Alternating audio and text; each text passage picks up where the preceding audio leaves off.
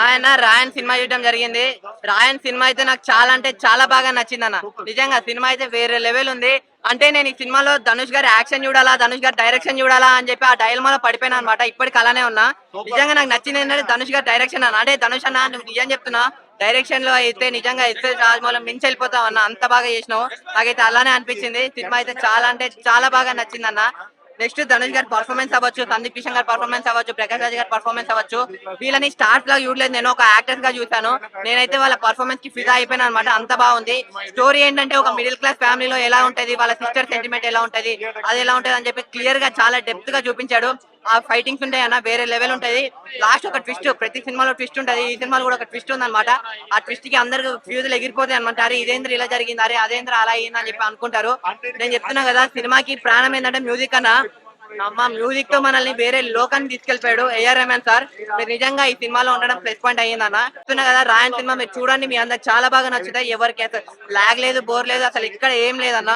So మీరు clear గా ఫ్యామిలీతో మంచిగా వచ్చి ఎంజాయ్ చేసి చూడొచ్చు అన్న రాయన్ సినిమా. ఆయన 15th మూవీ చాలా బాగుంది. అంటే ఎమోషన్ ఉంది, అలాగే ఫన్ అనేది ఎక్కడ ఉంటుందంటే ఓన్లీ ధనుష్ గారు, అలాగే మన ఎస్జే సూర్య గారు అక్కడ ఫన్ ఉంటుంది. మొత్తం అంతా సెంటిమెంట్. చాలా బాగుంది సినిమా అయితే మాత్రం. ఒక ఫ్యామిలీని ఎలా అయితే కాపాడుకోవాలో ఒక అన్నగా స్టోరీ అయితే చాలా బాగుంది. నాకైతే బాగా నచ్చింది. సందీప్ కిషన్ అంటే వాళ్ళ తమ్ముడు, ఇద్దరు తమ్ముళ్ళు ఉంటారు. ఆ ఇద్దరు తమ్ముళ్ళు అలాగే ఒక చెల్లిని కాపాడుకునే ఇదే ధనుష్ కాపాడుతాడు. అదే కథనమాట. చాలా బాగుంది అయితే సినిమా. చాలా చాలా బాగుంది. ప్రకాష్ రాజ్ గారు అందరూ అందరూ చాలా బాగా చేశారు. స్టోరీ అయితే అందరూ చూడాలి. అంటే ఫ్యామిలీని ఎలా అయితే కాపాడుకోవాలి, ఫ్యామిలీలో ఎవడైనా తప్పు ఏమన్నా చేస్తే ఎలా దాన్ని సాల్వ్ చేయాలి కూడా దీంట్లో చూపించారు. క్యామియోస్ కూడా చాలా బాగున్నాయి. ఇప్పుడు ఏఆర్ రెహమాన్ బ్యాక్గ్రౌండ్ స్కోర్ గురించి చెప్పాలి, అదరగొట్టేశాడు నిజంగా. ఏఆర్ రెహమాన్ గారు సూపర్. అసలు నాకైతే నేను ఏడుస్తూ వచ్చాను అనమాట. తమ్ముడిని చంపే కొంచెం ఆ ఎమోషన్ లో వచ్చాను, అందుకని అంత. రఘువరన్ బీటెక్ మారి వైపు మళ్ళీ రఘువరన్ బీటెక్ లో మన ఎమోషన్ ఎలా అయితే మనకి ఉంటుందో దీంట్లో కూడా ఆ ఎమోషన్ తోనే ఏడుస్తూ బయటకు వస్తారు జనాలు అయితే మాత్రం. నాకు చాలా బాగా హత్తుకుంది అనమాట. చెల్లిని ఎలా కాపాడుకోవాలి, అలాగే తమ్ముళ్ళు తప్పు చేయకుండా ఎలా చూసుకోవాలి అనేది ఈ సినిమాలో అయితే చూపించడం జరిగింది.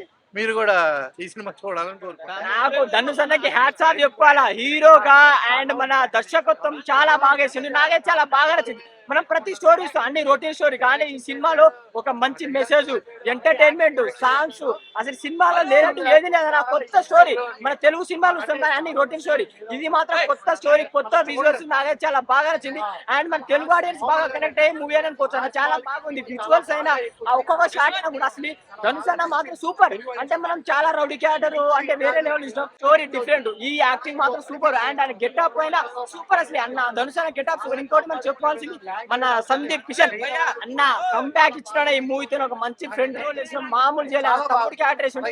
అండ్ ధనుష్ గారు ఒక మంచి మెసేజ్ ఇచ్చారు. అంటే డబ్బు ఉన్నప్పుడు ఎలా ఉంటుంది, డబ్బు లేనప్పుడు ఎలా ఉంటుంది, క్లైమాక్స్ తెలుస్తుంది. అండ్ మన యాక్టింగ్ మాత్రం ధనుష్ అనేది సూపర్.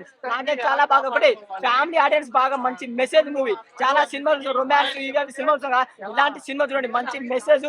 అండ్ మన ఫ్యామిలీ ఆడియన్స్ బాగా కనెక్ట్ అయ్యే మూవీ అని చెప్పుకోవచ్చు. నాకైతే చాలా బాగా నచ్చింది.